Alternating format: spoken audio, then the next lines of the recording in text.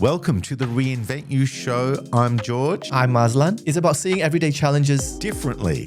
Hey everyone, welcome back to the Reinvent You Show. We remembered. I remember. It's been a while. It has been a while. It has been 2 months since we last met. Yeah, wow. A lot has happened. I went to a trip to Japan. You got a coffee machine. Got a coffee machine, got a laundry machine. Donald Trump shat on his supporters. On the No Kings protest supporters. What's that technology called? CGI or something? Yeah, AI. He used AI.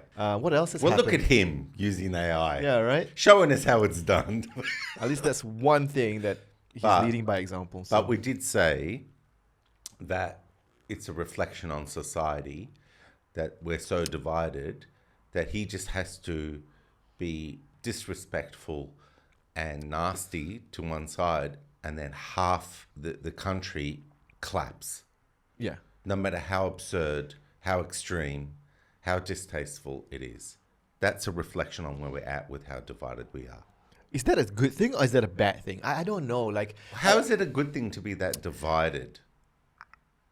I think one guy at work was just saying, we're at a stage now where we're like rebels, all of us, we're back in the old days again. We're not Cowboys, cyber cowboys. Free, expression of opinions and thoughts. So last time it was all with the liberals, it was very PC instructor, which is you can't say that. Yeah. You can't do this. And I think people got so sick of that now they just want to be free and not be governed by that. And so now it's Donald Trump and Elon Musk can do whatever, whether it be the Hitler thing or, come on guys, relax, And so, it borders on freedom of expression and free speech. I mean, arguably, that is one benefit I see. And sometimes you just have to laugh. It's just so different. Well, in history, they'll look back and go, oh, wow, they broke the mold, all of them, all the molds of presidents when Trump showed up. Yeah.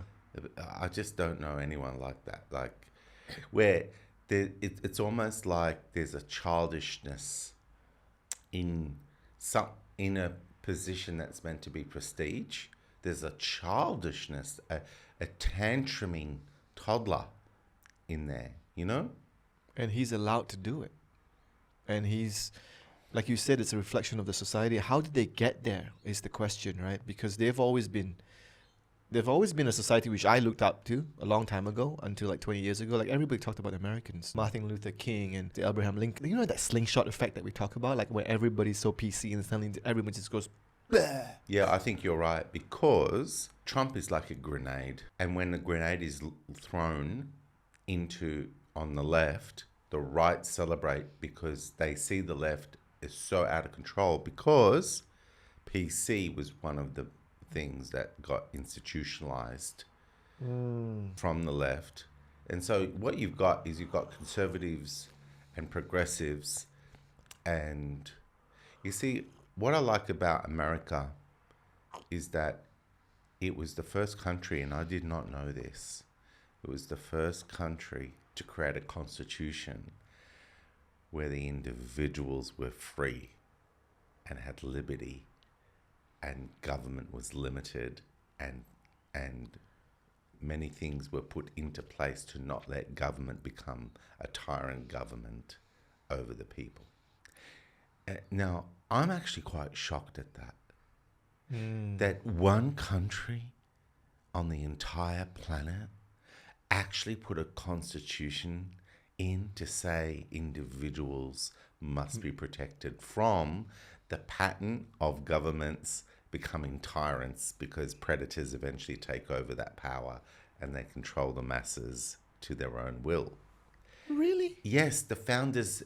Okay, look across the countries right now. Look at all the countries and look at the type of relationship governments have with the population. What about Canada? Oh, Canada's a new country compared to America. Oh, yeah, they don't have you're right, actually. But what I'm saying, it's a big deal. It is a big deal. Now that I think it's a big deal. Yeah. I mean, because in Australia, I notice our government, it's almost as if oil and water between the people.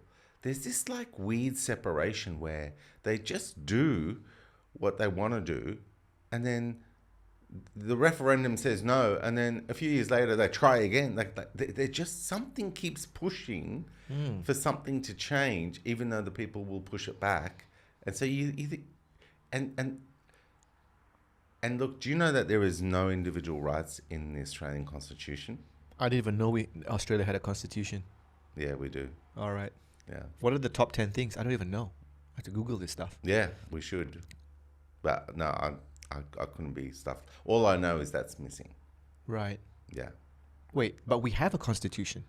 We do, and I think it came from the Commonwealth, and then I think we inherited from and then I think it evolved a little bit, and then at one stage we were going to be a republic, and we knocked that back. Didn't know that. But coming back to Trump though, it was very interesting because I saw one guy who is he had a lot of moral values. Yeah. And he was giving excuses when I asked him, so what do you think about, because, remember you asked me to try to understand. So I was like, okay, so what do you think of him, doing all this stuff, lying about the East Wing?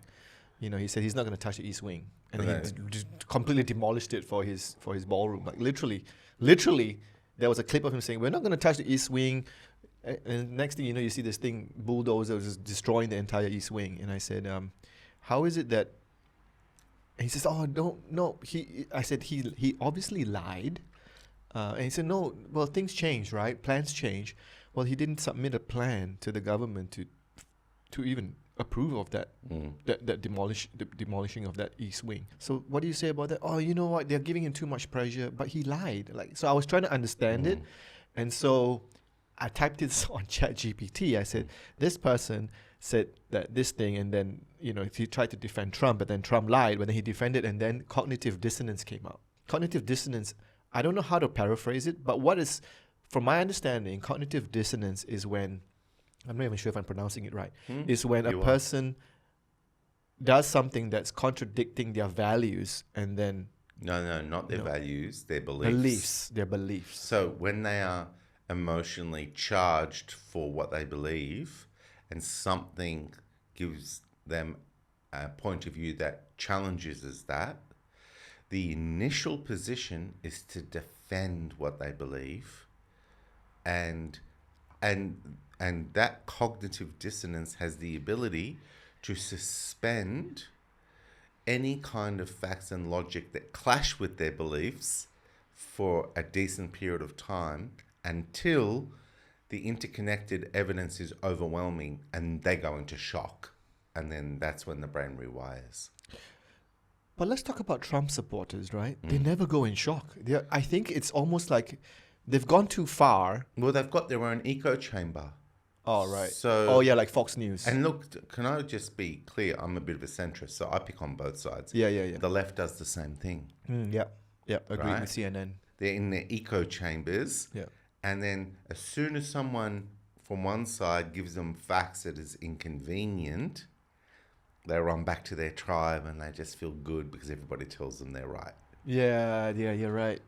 Because there's this one guy in Fox, right, who I forgot his name, Gary, I think it was. He always sits on the far left side to see what they were going to say about this East Wing stuff. And he was defending Trump, and he was going back to Biden and saying, "Oh, Biden didn't do. You mean Biden didn't do this?" But they're always presenting someone else who did it, and not look at that person and what that person is currently doing, like lying. They always compare it to make the other person look worse. You know what's interesting about that is that when you look at a situation, there's lots of details. Yeah. And then there's sleight of hand around what facts you'll prioritize to fix the lens angle to fit what you believe. And then someone else on the other side sees glaring inconsistencies and says, but what about this? What about this? What about this? And then what you'll notice is that they'll go, yeah, but, and then they'll double down on whatever facts keeps their angle. And so what you'll notice that when two people are opposing each other, they're both doing that at the same time often. Like, of course, someone may have the truth and facts and they're aligned, right? But often there's a hybrid truth. And most truth is something is not all good and not all bad. Very rare is it all good or all bad. I'll give you a thought experiment. If I plucked out someone on the right and I put them to live with a family of someone on the left for a whole week understanding what they believe, why they believe it, and how human they are and how caring and generous they are, that person would start to see things and change and balance. If you put someone on the left into a family on the right, the same thing would happen. And they will start to balance. So what does that tell you? Nothing. What does that tell me? That tells me that someone in Hollywood should come up with that reality TV show. They probably have. That'll be funny. That'll be funny, fun to watch. That's like the husband and wife swap. Yeah. When you go, oh, but that's different. No. And some of them don't want to go back, and some of them run back and go, I miss you. That was really bad. I have to say. So what does that tell me? Wait, what does that tell me? That tells me that they are lacking. They've been brought out of their echo chamber, and now they see it from a different perspective. And it balances. They don't see the all bad anymore. They see enough of the good. Then they realize it's nuanced. Everything has nuance to it. It's very rare. Not everything. Most things, most of the time, have contextual relevance of balance. In other words, yes, that's true, but you got to look at it this way because there are pros and cons with this and that. That's true, but you got to look at it this way because there are everything has pros and cons, right? And everybody wants to just polarize it. And do you know what the sad thing is? Politics is appealing to a mass crowd, and then they're pushed into oversimplifying their messaging, and they end up being forced to say, them bad, we good. You see? Yeah. So politics, to try to influence, has to appeal to the simple messaging to get through to most people who are too busy, don't want to think. And you cannot talk nuance. You can't command the attention of someone for half an hour, and they sit with facts, 8-stepping, right? Connect fully, understand first, understand well. First 3 steps, that ain't happening. Yeah. Okay? You know, if you're going to be a politician and you think your audience are going to 3-step you, forget about it. Not even the journalists is 3-stepping you. And they're supposed to. And they're supposed to find a way to drip feed the nuance to their audience. But that's boring. Yep. Do you know why that's boring? Why is that boring? Too much to read. Because we love drama. Oh, yes. Just tell me who to hate and who to love, who to trust, and who to despise. Do you like how I just, I love it. took on that? Yeah, I like persona. It's like I'm in a movie now. I have to say that it is very addictive. I've been watching, Confessions of a media addict. No, I remember I started this experiment just to make sure I have something to talk about my brother, but I stopped watching it since. What was the show? Trump. What? Like, the news. Oh, sorry. I can't stop. Get it now. It's still fun.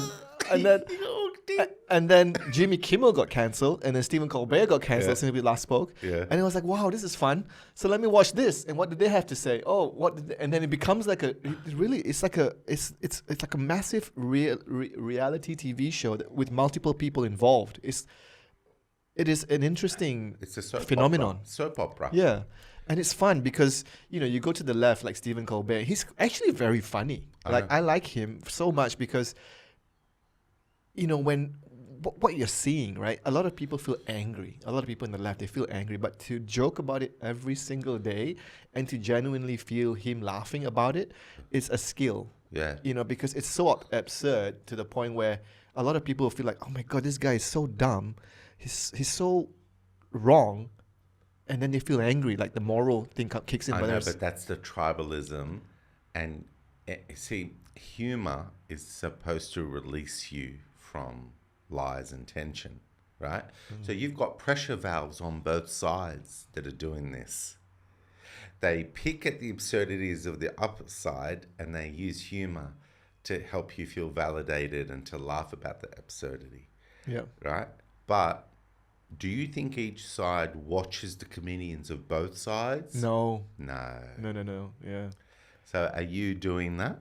Nope. Well, then why aren't you doing that? I don't know any comedians on the far right. Are there any? Because you're in an echo chamber. Yeah, that's they right. hide them from you. Yeah. Well, go hunting. Okay. Who is a far right comedian? Oh my gosh, let's do.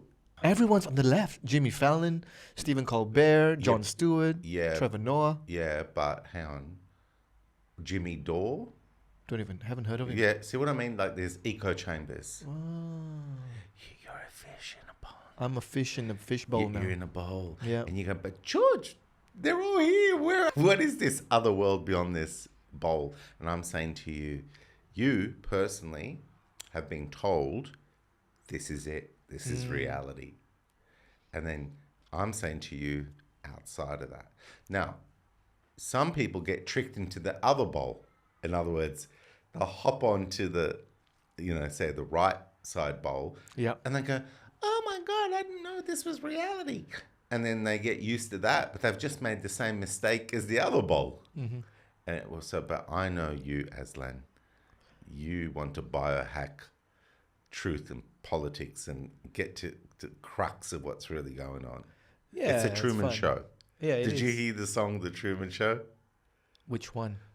The one I wrote. Oh no, not yet. Oh, you missed that one? Oh, what a loser! I gotta get on top of my game now. Oh, we should play it at the end. Anyway. Yeah, I would love to find out. Actually, no, that's the next. This is so you now to go. And I want to. Remember, I said to you, well, why don't you put yourself on the right? Yeah. Long enough as a research project to understand how do they maintain their side? What kind of right-centric echo chamber can maintain itself? Like, be curious, and then you'll understand. Wow, look at the dynamics of how left and right can achieve that and stay divided. I have a brief understanding, but yeah, I think that's a good idea. I think I know that, like, I know just like the slight difference between the left and the right, and that the left tries to baby everyone, and that the right is all about personal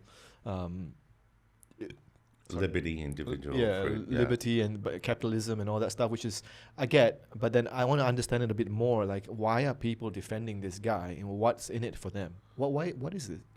Like, why? There must be something that's tied to each person to why they're defending Trump. It could be that he's he's brave. Their talking points are, for example, pronouns. Oh yeah. Right. Yeah, so confusing. it's like the left were okay with men who decide they identify with women to play in female sports. I don't agree with that. I'm sorry. but the point is this: the right go, no, that's wrong, and the left go, no, it's fine. Yeah. There is nothing wrong with it. And then they win, or in a boxing match, someone will smash the poor female and he's really a male, and the right are freaking out and the left are going, there's nothing to see here. Do you know how infuriating that would be? I think that actually happened. No, but this is the point. These are examples of how the tribe doubles down on the hate of the other side. Do you know what I mean? Like, and DEI, merit, form of... We had a chat about this. Remember I said to you, the balance is magic, because the right say, no, you should promote people based on their merit of that they're working hard, they're giving value. You should promote the best person for the pilot job, not a top-down quota trying to get enough blacks and females as pilots. Do you remember? Yeah, I remember that. Yeah. Well, so the right says, no, there is no systemic racism, right? Look, you can go around and you can apply for any job, and there's lots of black people in high positions of every type of corporation. Look around. There's obvious that we don't live in a racist society. Are there people that are racist? Yes. Mm-hmm. But come on, look at our sport, look at our media. We've got plenty of blacks and women in the... It's merit. If you care, you'll find a way. Theoretically, that's true. I agree with that in the sense that personal power, personal agency, right? Right. But I'm into behavior change in systems, and I understand subconscious, conscious, fractal at a macro level, society embedded bias against race and gender, and it became systemic. It got programmed into the subconscious of many people, which means there is genuine subtle bias being automated, which means I can have 5 people, I choose the favorite one, but I don't know I was influenced by their skin, because I would be ashamed of myself if I was conscious of that. I would never, I'm in denial of it myself. My subconscious is doing it, but I don't know I'm doing it. I actually know that's real, right? That does happen. And what I like about the left is the left understands that.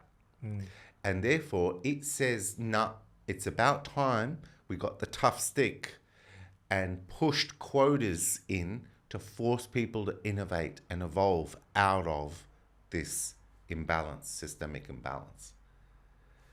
But here's the problem. Did they have a formula for how much top-down quotas they should be putting in so it's a reasonable, sustainable stretch? Not a, you need to have 50% females or by this time.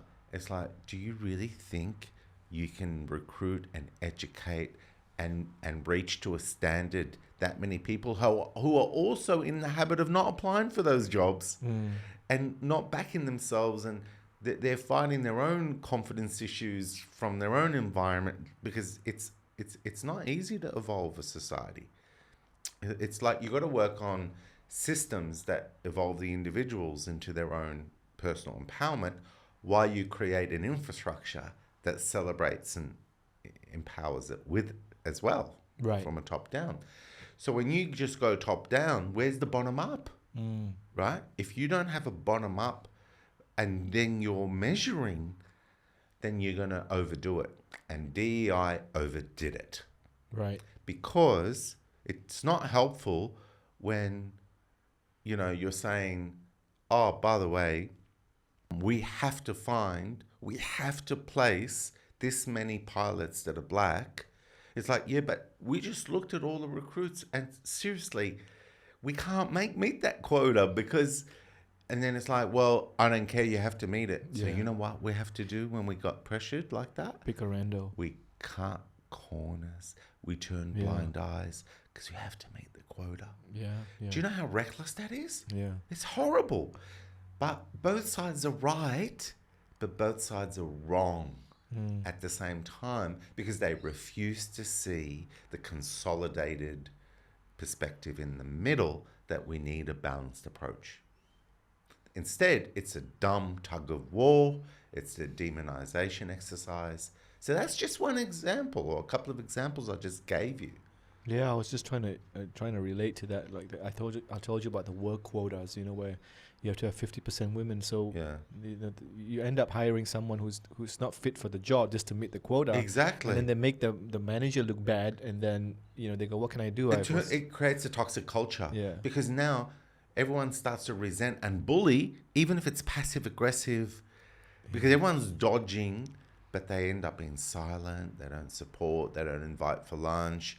They undermine. It becomes a very sick and twisted culture if you keep putting people in positions where they're not up to the task, and then they have to hide and not admit they're not there, and then other people have to carry their load and they have to pretend they're not. Yeah. Come on, what kind of a shit show is that? Yeah. It's horrible. And then it creates resentment over... That's not leadership. Yeah. We're hurting people by being dumb in that way. I agree. So anyway. I've had people who had to take on extra work because the other person wasn't fit for the job, and but they had to meet the quotas. And then, there's all this politics about, I was here for 10 years and you just gave this job to another unknown. Yeah, because they have to meet a quota. Yeah, because they have to meet a quota. I know it's bumpy with top-down quotas, but if you make them small enough and you play a longer game, it's called being realistic, being strategic, and not wanting to create levels of turbulence that collapses the very value you're trying to create. You know, you should never ever overreach and try to overdo the top-down quotas, because all you're really doing is you're alienating, upsetting, and hurting people who they weren't born to create systemic racism and sexism. They just grew up just working hard, wanting to be good, and then suddenly they're being ostracized and put into positions where other people hurting them with not delivering value exchanges, and then they're told to shut up and they're demonized. This is what's happening. It's wrong. Yeah.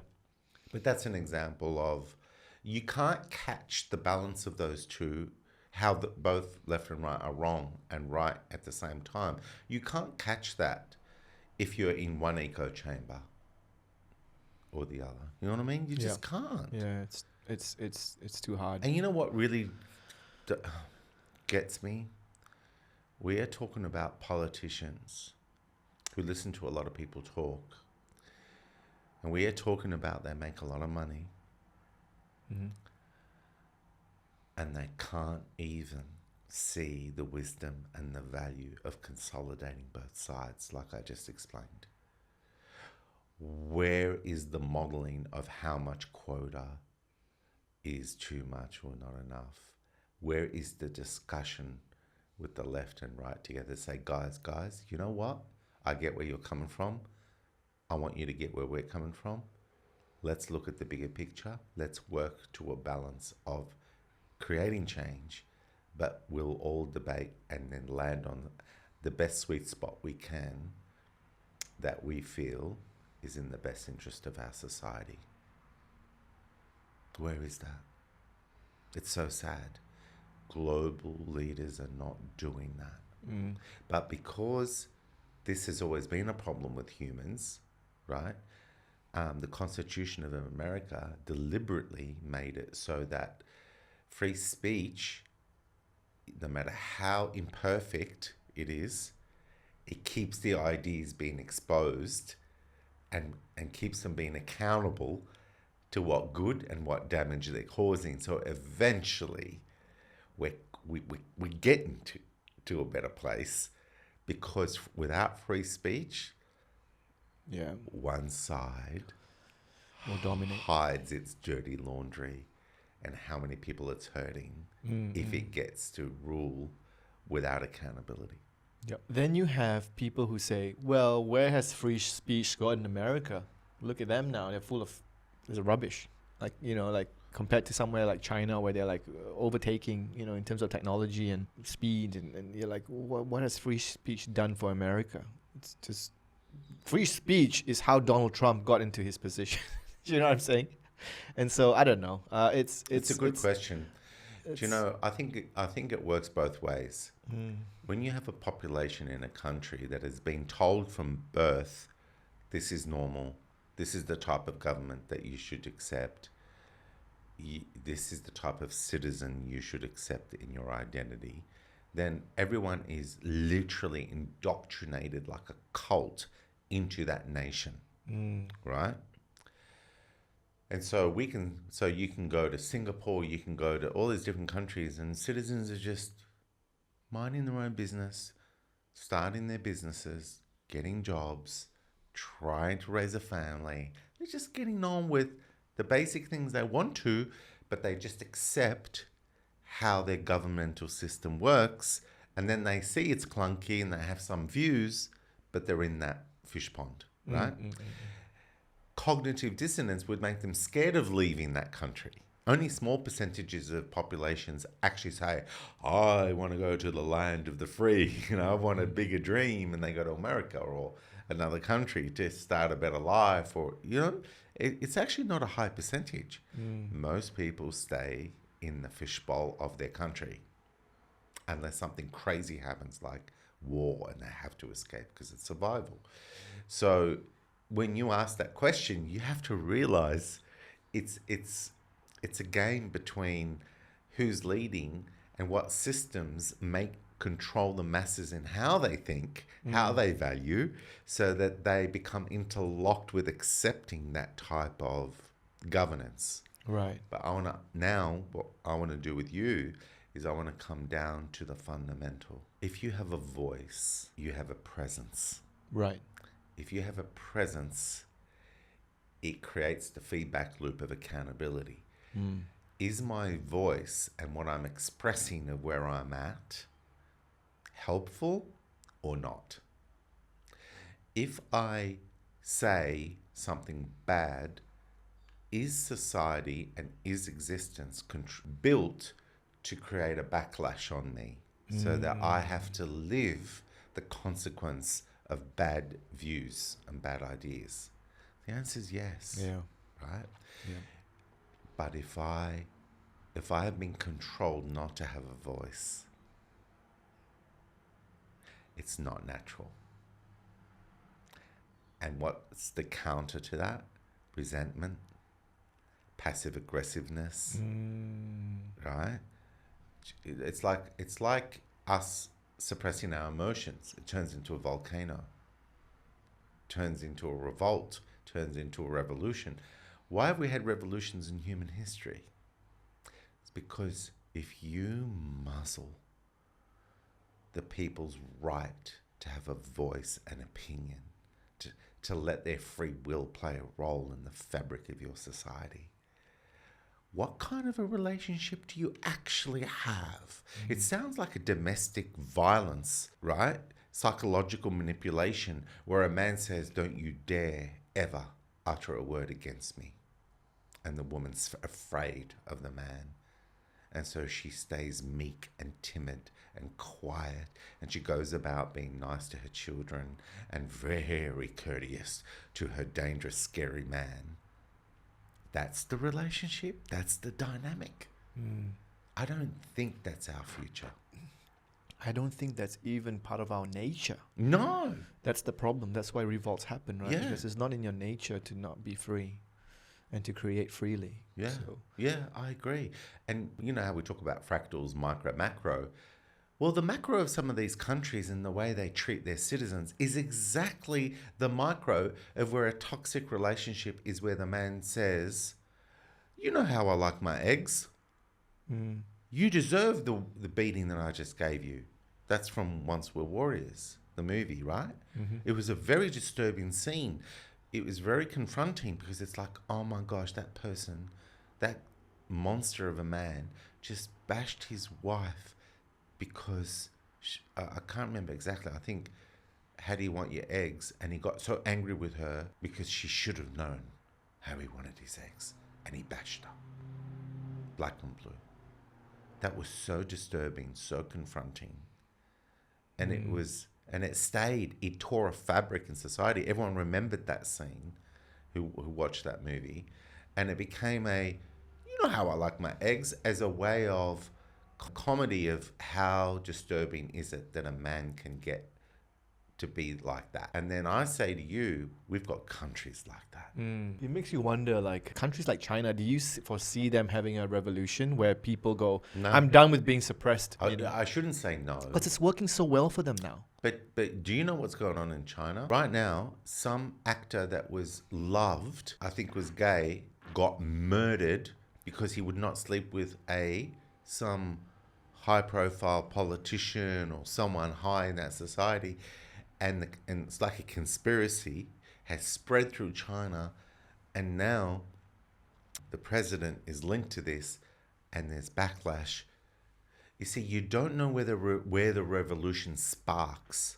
It's like a Tinder box. Like if you're creating a lot of kindling over time with just constant suppression, constant undignified ways of treating people, people are pretty resilient. They'll keep trying to pivot. They'll keep trying to find ways to get on with life. They'll create a bribery system that everyone learns a new equilibrium when something's extreme like that. Yep. China's no different. China has a big bribe corrupt system because it had to have a counterbalance to this level of black-white We tell you what you do, you just follow the rules. They started to overregulate to the point where it was hard to get anything done. So the counterbalance was bribes. And it's just a normal, and it works. It's just a normal. Yeah. It's you can't. You can live the delusion that your wonderful ivory tower rules are helping your country grow, but you have no idea how much the counterbalance had to hide from you in a passive-aggressive system just to cope. Over time, you don't know whether the disenfranchisement gets to a place where the love for someone getting betrayed and hurt is enough of a tipping point for a country. You don't know. Yeah. Like, I don't know. Like, I'm not a historian. Sometimes I wish I was because I love fractals and patterns. And I think if I studied history properly, I'd see a lot more of today and where it's going and what I could predict things, you know? So I wished I did study history a lot more. Because there is a pattern to what's happening. Oh my gosh. What's that common phrase? History repeats or something like that.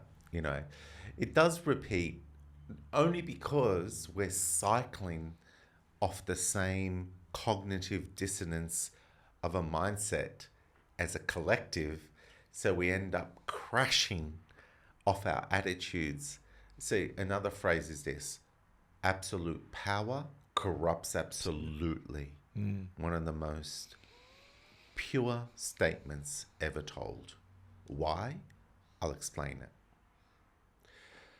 When you enter an opportunity of power where what you say goes and the consequence to your bad ideas is no longer challenged, it means you now have a false sense of security and a false sense of power. But that power makes you feel safe. And the safety is a craving for us as individuals, right? And then the power reaches levels where now our safety is even, I am loved, I am respected, I am feared, and it becomes like a demigod archetype. So then what happens is we shift into an identity of that. So now the power we reach, we fuse into our identity, which basically means this: anyone who threatens that power threatens our existence. So we get ugly. Now it's all about, this is who I am, my entitlement to this power. So I will crush, I will genocide if I have to. Why do you think we have so much genocide in human history that we're ashamed of as people? Because we're thinking, how is it that there's such darkness that comes from us as people? It's because it's an incremental journey. Someone finds themselves in a position where they get away with, you know, a direction that hurts people. They get away with it, and then they feel the power because they've got either an army or a police force that is being blindly loyal, and then they go, and they feel that drug hit of how powerful they are, and then that normalizes. That becomes a platform of expectation within them that I am this powerful, and then that calibrates. You see, it's shocking when you do something you should not get away with, but you do.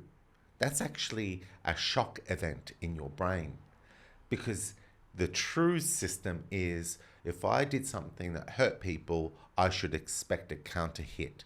But if I have controlled an environment to stop that system holding me accountable, my brain has a shock because it worked, whatever I've set up. And so then, but the problem is, once I have that level of power, and that's normal, I end up aspiring to the next level and to the next level, because I want growth. No one wants to plateau anywhere. Correct. And where does it go? Megalomania. Yeah, that's true. Right? Megalomania. Eventually, you literally have an entire nation of millions and millions of people, up to 1 billion or more, and you know you're on top of them all. and you're above the law because you can make the law up as you go. That's intoxicating power. And when that becomes your identity, you will kill millions because you'll feel justified. How dare they threaten you? Because you're entitled to that power. That's who you are. And you've built up, like you said, you've built all of this up, Incremental. layer after layer after layer, to a point where you become... Over decades. Yeah.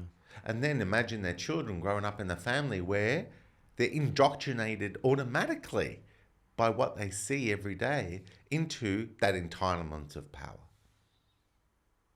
You just described the Malaysian government. And the family dynasties that continue, dynasties. Right? Yeah. But why do empires collapse? Because of the complacency of that level of power. You get to a point where you're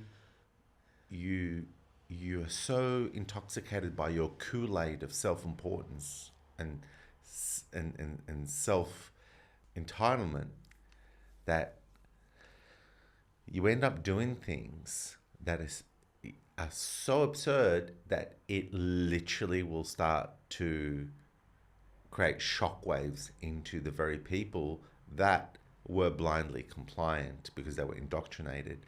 You can shock people awake. So it's like a zombie apocalypse where everybody's just being compliant and just putting up with really dumb rules, but everyone's compliant, and then one day you push them too far and they snap out and they go into shock. And then that observer effect can be collective, and then suddenly it spreads like wildfire, and then the revolt happens.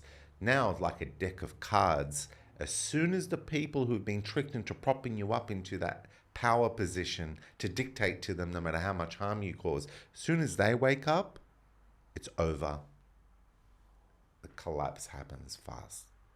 Because you needed them to believe in your power for you to have the power. Very, very... It makes a lot of sense. You know, even in if you think about the Malaysian politics as well, it's like there is this thing where it just suddenly reaches a crescendo, and then one thing happens, and then the whole thing. So it makes you wonder, like, is it meant to be? Is that pattern? Is that pattern? Well, it keeps happening everywhere, doesn't it? Yeah, I mean, it just goes, like you said, it's just China one could go either way. The Hong Kong one with the umbrella movement that went the same way. Even Malaysia, when we were all revolting against the guy, the Wolf of Wall Street sort of. So it's very cool to see that this is that. And I think that's why Trump is trying to run for a third term as well. Maybe he's trying to escape his 34 felonies, but he said that he's not opposed to the idea of running for a third term, which is not part of the Constitution, right? Maybe that's his goal as well, is to build that. I think that's why they limited to 2 terms. I wouldn't put it past Trump to be taunting the left. This is taunting the left. Right. He knows. He knows if he taunts the left, he makes his right base happy. They're taunting each other. He's a master at it, man. He's a real master at it. He's managed to get people so divided and feeling that it's the right thing to do. That's mastery. Yeah. Because a lot of people would have caved, you get into one, like, even the Epstein case, right? Even most people will collapse and go, I did wrong, everybody, sorry. He's like, nah, no such thing. And it keeps piling and the more absurd it it comes to a point where you just go, yeah, whatever. These are all just the left side. You know what drives to this point. You know what drives me crazy, right? Is that when Biden was in power, where was the Epstein files on the list? Yeah, I'm a bit confused by that. Why didn't they expose it? Because apparently Bill Clinton was in it. Yeah, but the point here is this: why is it that when the left is in power, they're quiet about those things, and then when the right is in power, they're quiet about those things? It tells you they are 2 wings of the same bird. It tells you that the people behind the scenes who are compromised by the Epstein list, the pedophile ring, and all sorts of things, They control both sides. They control the media. They control what is allowed to be on the agenda. Why is there photos with Trump and Epstein? Why is there a photo on the left with many politicians and unsavory characters? It seems to me as if they're a little bit too codependent on each other, and they've got dirt on each other. Why did was Epstein a system of collecting compromised video footage of politicians doing the wrong thing so that they can be controlled? Probably. I mean, that's the rumor, right? Okay, so billions of dollars, hundreds of billions of dollars, nations being able to influence other nations. Yep. It seems to me it would be a very clever thing to do to set people up so that their individual insecurity based on information and their image being shattered would be a clever leverage point. Would it not? And as a primal issue of a human, a man gets to whatever age, and suddenly they're in a situation where their marriage might be average, on the rocks, or they don't have a marriage, and suddenly there's young, beautiful, women, barely of age, maybe not. Maybe they get you drunk and they tell you, oh no, she's 18 and she likes you. Or maybe you think you're safe because everyone else is doing it around you, so you fall into that groupthink, and the video's rolling. And the video's rolling in the bed she takes you to. And they show you the video footage. And they say, please be clear. This will not go out, but you must be very courteous and very careful in what you say and what decisions you make around these topics. It's not hard. But you know what gives it away? Epstein dies in prison? Really? Yeah. And no video footage of him actually doing it? Really? Yeah, in high security, so high. And no one's watching him every hour because they know there's a pedophile ring theory linked to him? Oh my gosh. We're so inept at the highest level of security. We're so hopeless. They just slip through our fingers every time. So hard to catch them. Don't get me started about that missing minute. They've proven that it wasn't missing. It wasn't missing. Yeah, No. It's the shit show.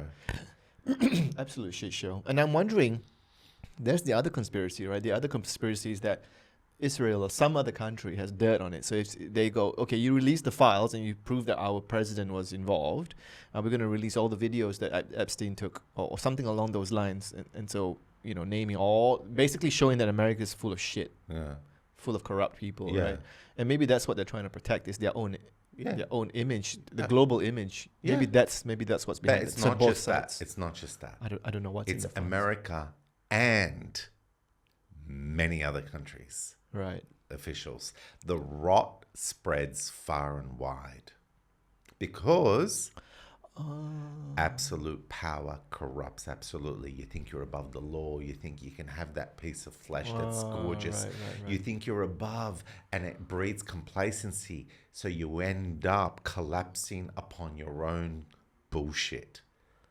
You see, if you believe that you're a demigod, that is such a gross lie in the human being, condition with the laws we live by here. Because remember, the Sustainable Value Exchange is a potent law. If you're not living sustainably with your relationships in society, with nature, with your body, it will collapse. Yeah. Your body will give up on you. Society will give up on you, right? When you think you're a demigod, you think you've outgrown your duty to the sustainable value exchange.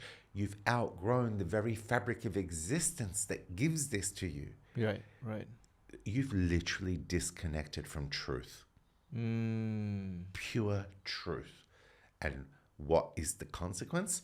You're going to see a world that's so distorted that you think is at your feet that you will literally behave in a way that turns the world against you.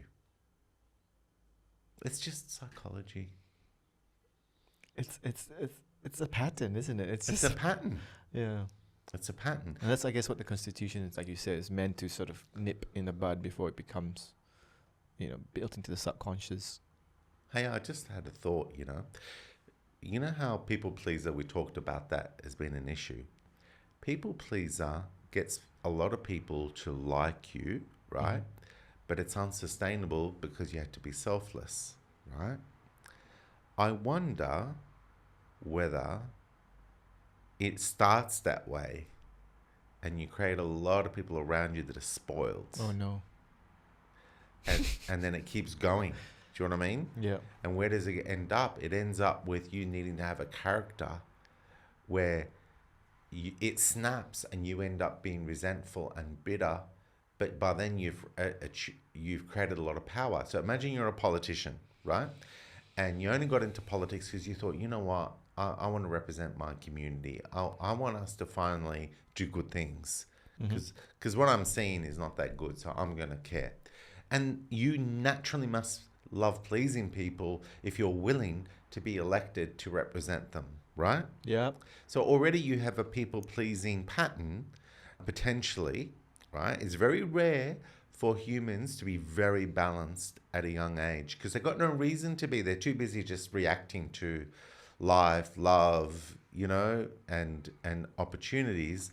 We're not going through personal development at a deep level to understand balance and sustainable value exchanges.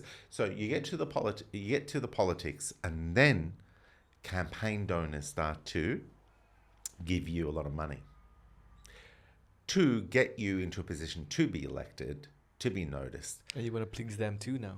Well, yes. So now you've got an issue.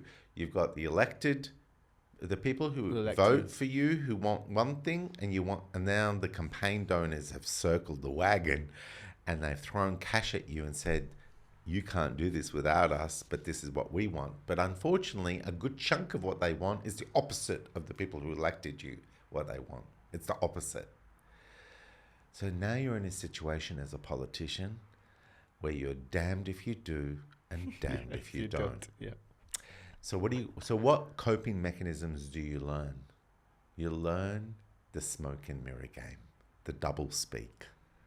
You have to learn how to peddle a issue so that the optics to your constituents is one thing while it stays open for you to peddle your invisible, donors who are hiding while you still manage to maneuver it in that direction.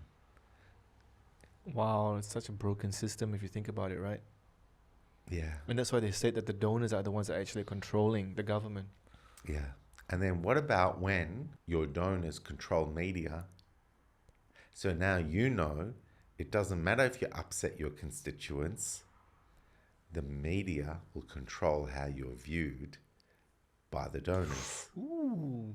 Now imagine you've got two parallel realities doing the same thing.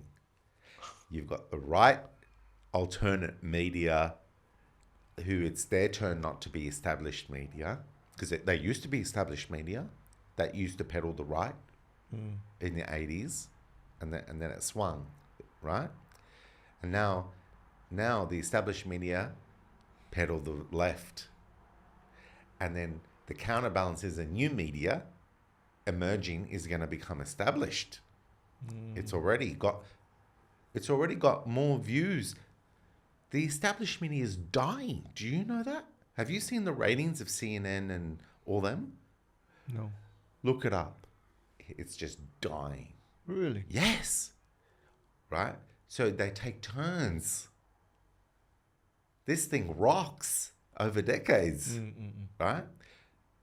So if you know you're protected because everyone, the propaganda machine sells the Kool-Aid that you're a good person, you will end up biasing towards your donors because you can get away with it, because they control the media and they manufacture the sound bites and expose people to things they want them to believe. Now, full circle, why do some things not change that should change, like pollution and wars and health and well-being? Why do some things perpetuate and stay big problems? You see what I mean? It's because the system breeds off weakness, not off individuals not needing government and power brokers to dictate to them how to live. You see, I want you to need me. I want you to need me because if you need me, I'm in control of you. I'm sorry, but that is a human nature dark dimension, right?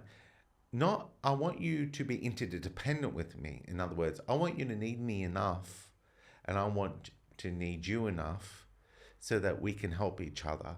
That's a healthy relationship. That's equality. But not in a hierarchy where I will tell you what reality is. I will tell you what your values need to be. And I will take the reins of your free will. You just do what you're told. And by the way, your voice is not needed. Your voice. This is where it keeps getting ushered over and over on both sides. They take turns. The left and the right. Yeah. You know. It's so interesting if you can figure out a way to disrupt this pattern. Like I'm sure, like with the introduction of blockchain and you know people having voices and voting power and all that stuff, it'd be very interesting to see where that takes us. Yeah. If it can break that pattern, because you're right. I mean, it feels kind of sad, you know, to know that we're stuck in this pattern. And yeah, the other day I was just thinking, you know, because do you feel good or do you feel bad? That's the only of the day, you know. That's what it comes down to. Because when I watch these things, oh man, it's so hard to feel good when you see such stupidity and you know. Yeah, I know. And like sort of bias and it's sort of because exactly. in action as well. Because our brain is gullible. Yeah. You know, if we're gonna subject it to a good-looking, eloquent conversationalist, Yeah. our brain's going to think surely what they're sharing is true, whether it's true or not. And the brain will literally, through the repetition of their messaging, it will indoctrinate us. Our brain doesn't know what's true or not true. It just trades off patterns. Yeah. And so therefore we're constantly being manipulated into a perception that is convenient for their needs and desires and agendas. And therefore, at some point, you have to watch media on the right and left as a pattern, as a system, and you as an observer. You're going to have to. Yeah, yeah. And also, the question to you is, but how do I feel good? Do I feel bad? The problem is, what is causing you to feel good or bad?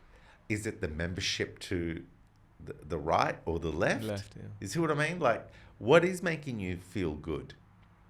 What is making you feel bad? Them pointing to the opposite side? In other words, be careful what you feel. Yeah. Because where's your accountability to go deeper into why you feel that way? And start to reclaim your personal agency, your free will, your observer self to 8-step to what, you know? Yep. And it's like, wow, I've been in a fishbowl for decades. I'm going to, before I get out of it and end up being sucked into another fishbowl, I'm going to want to understand what are these rules that trick me into a fishbowl existence, you know? And so my response to you saying, how do we get out of this situation, I don't know. I don't know if we will in a lifetime. Maybe over generations we do, but I do know that history shows we fail a lot. History shows that empires collapse. In other words, we get over, but not without genocide and bloodshed, and so will we get out of it this time, but in a more elegant, nuanced way where the truth bubbles, like, you talk about blockchain and all that. But it's very difficult because if you were a person who thought that your views are accurate and fine, and everything you're listening to and watching and you're agreeing with is reality, then it's very hard to think the world is going to change, because we're captured in that loop like a Truman Show, Yeah. So I don't know if it's that easy. I think it's almost as if you educate the bottom-up grassroots movement to reclaim its critical thinking and maybe reclaim its humility and curiosity, because we've lost that. Now we just know what reality is, and we get on a high horse and we point at the other side. Yeah, the high horse is the dangerous. We got the cult of one against the other. It's just cult dynamics, where we don't have to think anymore. We just know the truth. We've lost our humility. We've lost our curiosity. And these things create adventure and growth, humility and curiosity. And if you look at all the scriptures from all religions, they're telling you, be humble. Be curious of the unseen, the God, the universe. And what are we doing? We're being captured by demigods. And what's the one thing they don't want you to be? Curious. Mm-hmm. Curious that life can be different to the one version that they're insisting on. And so if we can do that, then we will impact who becomes leaders in the future, but also they will start to lose influence at the top in polarizing rhetoric. But I don't know how, because it's not easy. In this 7 weeks of experimenting with, watching a lot of the left, I was like, how do I come to terms with this man? I realized that, for me, I look at him and I go, you know what? If I judge him, if I go on my pedestal and judge him, right, I'll do that to myself eventually, and collapse on my own perceptions, because I make mistakes a lot. And for me, the easiest route now with Trump is just to accept him as another part of a version of myself that is hiding somewhere. Yeah. Not hiding, but like in there somewhere. And I just now accept it as part of me, and it helps me a lot to not be angry anymore with him. Because I go, he's just the inner child, that's coming out, and it's all right, man. Like, we make mistakes. And coming back to the top, about humility and not being on the pedestal, I feel that helps me a lot for not being on my pedestal, because then I'm allowed to make mistakes. Yeah, exactly. And so I feel a lot better in that situation where I go, it's okay, he's just a child and it's fine. There's a part of him in me. There's a Trump in all of us, Yeah. And it allows me to make mistakes, because if I've gotten my high horse and I make a mistake, everybody's gonna give me shit for it. It's almost like a self-fulfilling prophecy where it falls back onto you. So to live an easier life for me, I just go, it's all right. I just listen both sides, like you say, like try to understand it. And more importantly, coming to terms with myself when I watch it and then go, why the F is, I used to get that charged up, supercharged, makes you feel stupid. Me too. Yeah. Me too. I got captured by hating the right and then hating the left. Yeah. And then because someone is going to find a fault with us. And then eventually I went, what is going on? Like, you know what I mean? Like, how come I thought I was in the middle, but suddenly I'm not? Suddenly someone's telling me I'm right, or someone's telling me I'm left. Like, what happened? It's tricky. And it's because the extremes, when they get into established media, when they grow into institutionalized power, and you are trying to be pragmatic, you're trying to be logical, you'll find yourself on the opposite side of them, you know? And so that's why I say to you, 80s, 90s, maybe before that, but my awareness was I was left. Because I thought, why wouldn't you care about everybody? Why wouldn't you create social nets for people who are, you know, down and out and bad things happen to them, you know, and Medicare and all. Like, why wouldn't you care, right? Yeah. And why wouldn't all the people who are making billions not want to make sure that they're not hoarding resources and equalizing for good welfare and well-being? Yeah. And so that's where I was at. And then over time, I realized that if you take that to extreme, people get lazy, people stop taking responsibility and accountability. It's like a spoiled child. And you create a codependence and become sick. It's a sick relationship because people are self-entitled. They don't want to do anything. They sit on the couch all day and they collect their dole check. And meanwhile, they have a heart and a brain that is ready to make life extraordinary, but the world let them believe that's as good as they get. Yeah. To be on the bosom of a government handout. That's all they are.